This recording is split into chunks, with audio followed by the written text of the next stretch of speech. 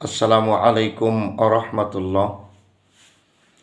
এই সুন্দর বাংলায় বিনা পাশে মাস্টার্স পাস করা যায়।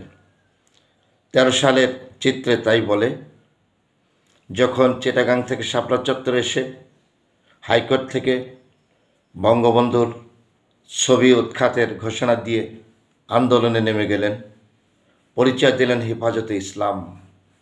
ইসলামের হেফাজত আল্লাহ নিজেই করেন, পৃথিবীর কোনো মানুষের অপেক্ষা থাকতে হয় না।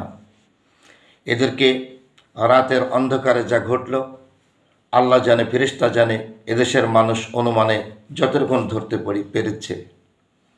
অথচ কিছুদিন পরেই যখন আবার তৎকালীন প্রধানমন্ত্রীর আহ্বানে এই নেতারা এক টেবিলে বসে গেলেন, এক পক্ষ দাবি করল তাদের হাত করার জন্য, আরেক পক্ষ দাবি করল আপনাদের মন মানসিকতা যোগানোর জন্য।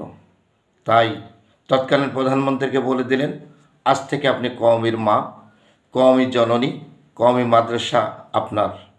আরেকদিকে খুশি করে দিলেন এসএসসি, এইচএসসি, ইন্টার এবং অনার্স, বিএ কিছুই পাশ করা ছাড়াই মাস্টার্সের মান দিয়ে দিলেন মুখের ঘোষণায়। খুশিতে আত্মহারা হয়ে আজকেও তারা দেশ বরেণ্য পরিচয় দিচ্ছে। ছোট্ট শিশুও যদি জিজ্ঞেস করে যে আপনার এসএসসি, ইন্টার এবং ডিগ্রি, অনার্স কোন গ্রেডে পাশ করেছেন, একটা লোকের কথা বলার উপায় নেই। সেই মুখবন্ধের মানুষগুলোর মুখেই এত রকম রং বেরঙের বাণী। আর মানুষ কত ধান্দাবাজ দেখবে এই বাংলায়।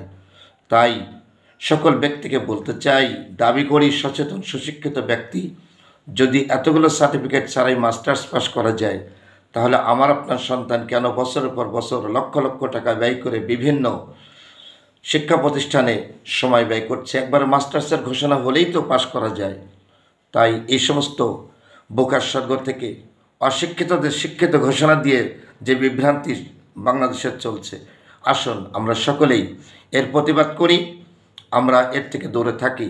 এই ধান্দাবাজ দিয়ে কোনদিন দেশ সুন্দর সুশৃঙ্খল হতে পারে না। আল্লাহ আমাদের সকলকে শুভ বুদ্ধি দান করুক, সকলকে ব্যাপারে সচেতনতা সৃষ্টি করার সুযোগ করে দিক। আমিন। ওমা তাওফিকি ইল্লা বিল্লাহ। ভিডিওটি সকলকে সাবস্ক্রাইব করে দিন, যাতে করে সকলেই কথাগুলো বুঝতে পারে।